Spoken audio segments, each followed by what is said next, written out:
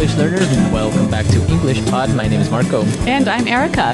And today we're bringing you a great office lesson. That's right. But actually, I hope this situation never happens to any of our listeners. Exactly. Today we are firing somebody. So Yikes. it is a little bit complicated, but maybe you're an HR manager, maybe you are a supervisor, and you'll have to do this one day. So gotta learn how, right? Exactly. All right. Well, why don't we get started then as we listen to Isabel and Anthony.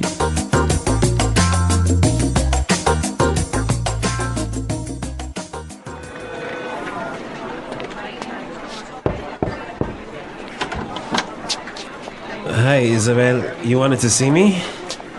Yes, Anthony. Come on in and have a seat.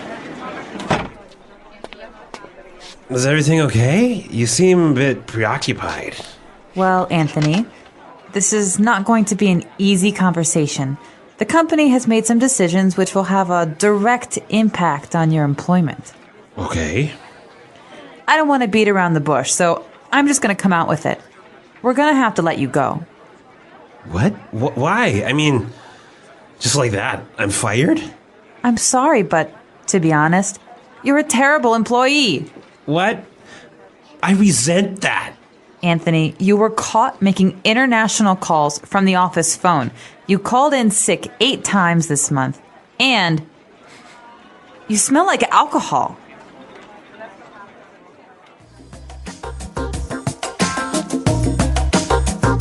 He did sound a little bit like he had too much to drink, huh? I know he had that kind of Slur. yeah, that slow way of talking that made him seem a little bit drunk. Well, that's definitely something you don't want to do, is show up to work with alcohol in your breath. Exactly. But you know what? There's a lot of great language in this dialogue. So why don't we take a look at it now in Language Takeaway? Language takeaway.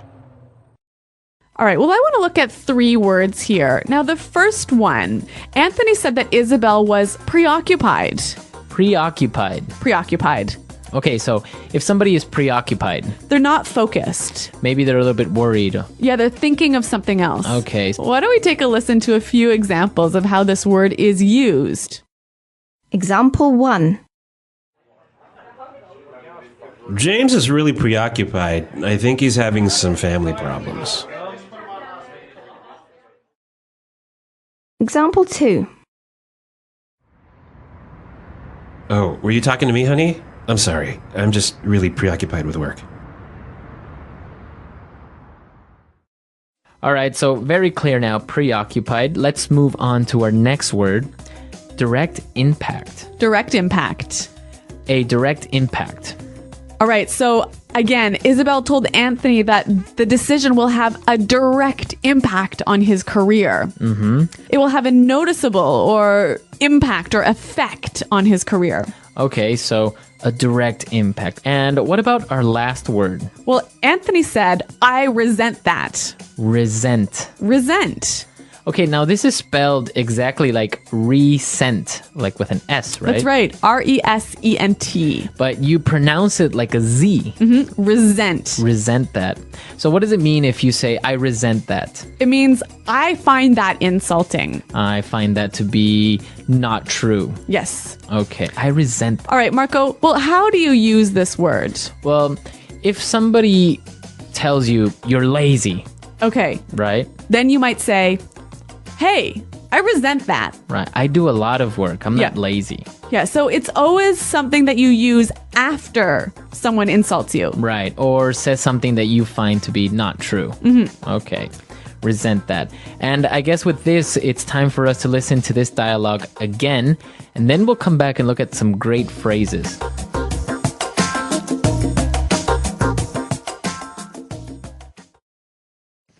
Hi, Isabel. You wanted to see me? Yes, Anthony. Come on in and have a seat. Is everything okay? You seem a bit preoccupied. Well, Anthony, this is not going to be an easy conversation. The company has made some decisions which will have a direct impact on your employment. Okay. I don't want to beat around the bush, so I'm just going to come out with it. We're going to have to let you go. What? Why? I mean, just like that, I'm fired? I'm sorry, but to be honest, you're a terrible employee. What? I resent that. Anthony, you were caught making international calls from the office phone. You called in sick 8 times this month. And you smell like alcohol. Yeah, well, there's some wonderful language in here that you can use when you have to have a difficult conversation with somebody. Right, so let's take a look at these phrases in Fluency Builder. Fluency builder. We have 3 phrases here, and the first one is to beat around the bush. Okay, beat around the bush. Beat around the bush. Okay, so this is an idiomatic phrase. So before we explain it, let's listen to somebody beating around the bush. Okay, the one thing that I want to tell you, it's so important that I don't like, sometimes when, all right, here's the deal. This is it. Specifically, it's not this, it's not that, it's not you, it's not me.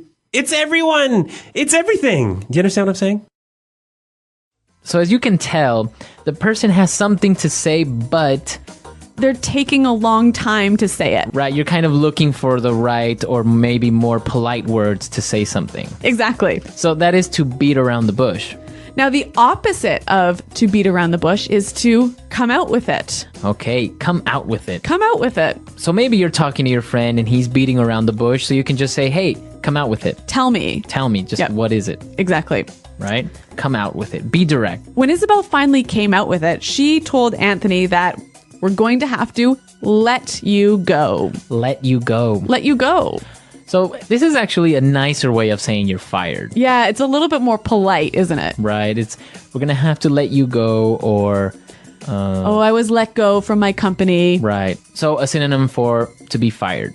Exactly. Okay, so let's listen to Anthony getting fired one more time, and then we'll come back and talk a little bit more about this difficult situation.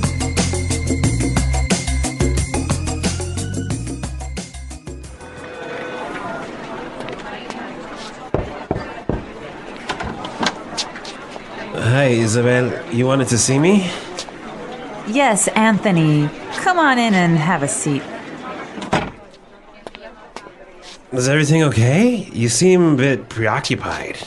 Well, Anthony, this is not going to be an easy conversation. The company has made some decisions which will have a direct impact on your employment. Okay. I don't want to beat around the bush, so I'm just going to come out with it. We're going to have to let you go. What? Why? I mean, just like that, I'm fired? I'm sorry, but to be honest, you're a terrible employee. What? I resent that. Anthony, you were caught making international calls from the office phone. You called in sick 8 times this month. And you smell like alcohol. So Erica, have you ever fired anyone? I have fired a lot of people. Oh, wow. You are a mean person. Oh, yeah. Well, there are some people who really do silly things like come to work drunk. And if you do that, You're obviously going to get fired. yeah. But in the United States, actually, there is an interesting way of firing people. They get a pink slip. Oh, yeah. But I guess this is just a little bit different than getting fired. You get a pink slip when you get laid off. Right. Yep. I mean, if you come to work drunk, you get fired immediately, right? Yes. But when you get a pink slip, so it's basically a little pink paper that tells you that you have been laid off. Yep. And so when you hear somebody say, we sent out, so when you hear somebody talk about pink slips, like our company sent out 500 pink slips, that means that 500 people got laid off. Or I got a pink slip today. That means you got laid off. Right. Yep. That's actually interesting because I don't know any other country that actually has this A special color. special color for firing people. Yeah. How about in your country? Is there a special color for pink slips? If you guys have any stories as well, maybe about being fired, or maybe you've had to fire somebody. Come to our website and tell us about it. Right, englishpod.com. There you can leave your questions and comments. Erica and I are always there trying to answer your questions, and also our great community is there that will also help you. Okay, guys, well, we're out of time for today, but until next time, Bye. Goodbye.